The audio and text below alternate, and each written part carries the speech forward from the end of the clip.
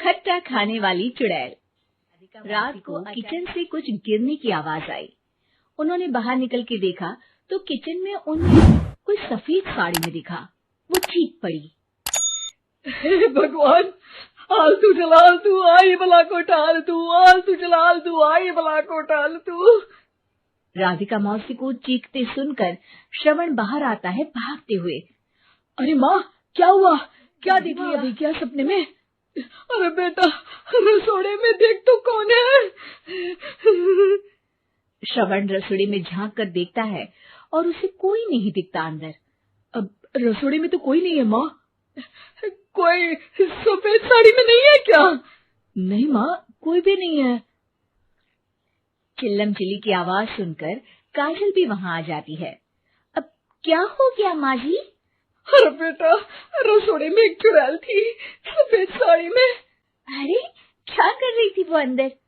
अरे बताया नहीं, कल आएगी ना तो पूछ लूंगी। चुड़ैल जी, आपका क्या प्लान है? माँ जी, रात बहुत हो गई है, आपने कोई बुरा सपना देखा होगा, चलिए सो जाइए। राधिका मौसी सोने तो चली जाती है पर उनको रात भर नींद ही नहीं आती। वो कुछ भी उलझुल बातें सोचने लगती है।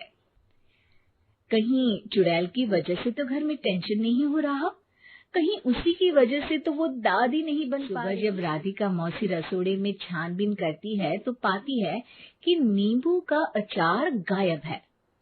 चुड़ैल नींबू का अचार ले गई, मुझे तो ठीक नहीं लग रहा कुछ।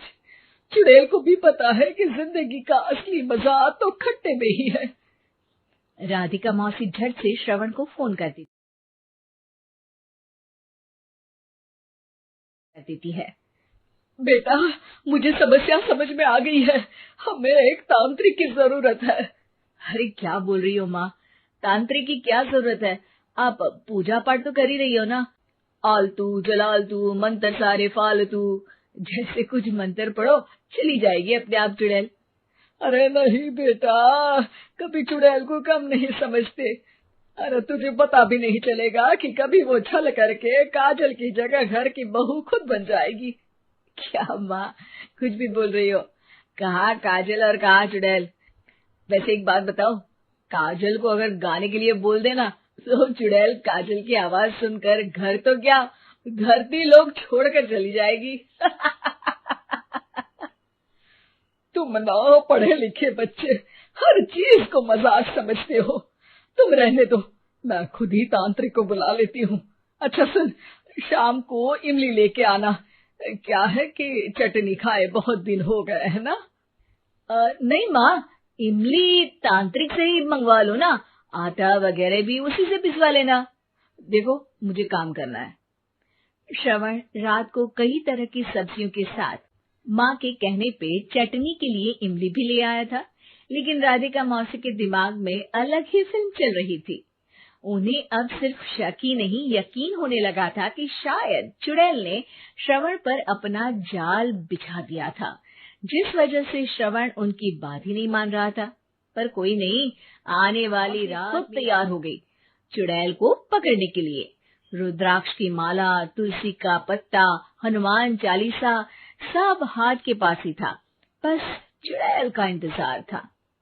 और जैसा राधिका मौसी ने सोचा था वैसा ही हुआ।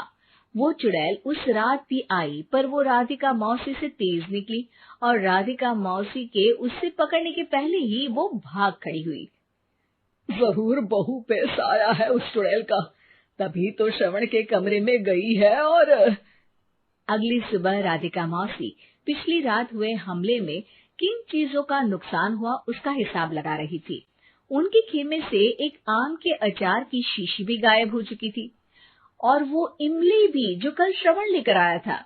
राधिका मौसी इस बारे में सोच ही रही थी कि श्रवण जल्दी से रसोड़े में आकर दवाइयों की पोटली ढूंढने लगता है। अरे बेटा, क्या हो गया? अब माँ, वो काजल की तबीयत खराब है, बहुत घबराहट हो रही है उसे। हे भगवान, मैंने पहले ही कहा था कि तांत्रिक को बुला लेते हैं, पर नहीं, अब देखो उस चुड़ैल ने काजल को अपने वश में करना शुरू भी कर दिया है। हालांकि श्रवण भूतों में विश्वास नहीं करता था, पर अब वो भी डर जाता है और राजी हो जाता है एक तांत्रिक को बुलाने के लिए। कुछ ही घंटों में तांत्रिक आ जाते हैं और राधिका मौसी तांत्रिक जी को सब बता देती हैं। घोर संकट, घनघोर संकट, चुड़ैल को मारू जोर चाकट, ओम भट स्वाहा खटखा के आहा। अरे ये क्या मंत्र है? मेरे खुद के ओरिजिनल मंत्र है, कल रात को ही लिखे हैं, अच्छे लगे तो दाद चाहूंगा। एक और मंत्र सुनो। अर्ज किया है आब्राकडाब्रा, दिल्ली बम्बई आगरा, चंदा मामा सोरले सुरन मामू जारा। ये मंत्र है? अरे कोई 40 वालीसा पढ़ो ना। वक्त कम है, 40 नहीं पड़ेंगे, 20-25 में काम चलाना पड़ेगा। अलग निरंजन जाके लंदन, मुफ्त का मंजान घिस मेरे लंदन। अरे जल्दी करो तांत्रिक जी, जल्दी करो। तांत्रिक अपने उल झलूल मंत्र पढ़ने लगता है। श्रवण को तांत्रिक पे शक होता है। वो अपने एक डॉक्टर दोस्त को कॉल कर देता है ताकि कोई अनहोनी हो तो इमरजेंसी में चीजें मैनेज हो जाए। तांत्रिक धुनी रमाता है, जिसकी वजह से कमरे में काफी धुआं हो जाता है और जिसकी वजह से बहू की घबराहट बढ़ जाती है। अब भागेगी चुड़ैल। हाँ। बहू खांसते हुए धुएं से बचने के लिए बाहर चली जाती है। अरे भाग रही है, भाग रही है। पीछे पीछे श्रवण भी जाता है। बहू एक सोफे पर बैठ जाती है। तभी डॉक्टर दोस्त आ जाते हैं और श्रवण को पानी लाने के लिए कहते हैं। थोड़े चेकअप के बाद डॉक्टर कहते हैं, मेरे हिसाब से जाप का काम पूरा हो गया है। क्या मतलब? अरे कुछ भी नहीं माँ, कोई चुड़ैल नहीं है, खुशखबरी है, अब दादी बनने वाली है। मगर वो सब अचार के डब्बे। श्रवण दोनों अचार के डब्बे अपनी माँ को दिखाता है, जो कि उनके बिस्तर के नीचे छुपे हुए थे। आपने सही बोला था माँ, वो चुड़ैल काजल ही थी जो खट्टा खा रही थी। हमें कल ही पता चला, पर हमने आपको ये तांत्रिक वाला काम करने दिया ताकि आपको भरोसा हो जाए कि भूत वगैरह कुछ होता ही नहीं। अच्छा, ये तो बड़ी खुशी की बात है। पर बेटा मुझे एक झाड़ू तो ला दे। क्यों माँ? ये तांत्रिक का भूत उतारती हूँ मैं। अब तांत्रिक राधा मौसी के डर से घर से भाग निकलता है और राधा मौसी उसके पीछे भागती है। अरे संकट ये घनघोर है, तांत्रिक मुआ चोर है।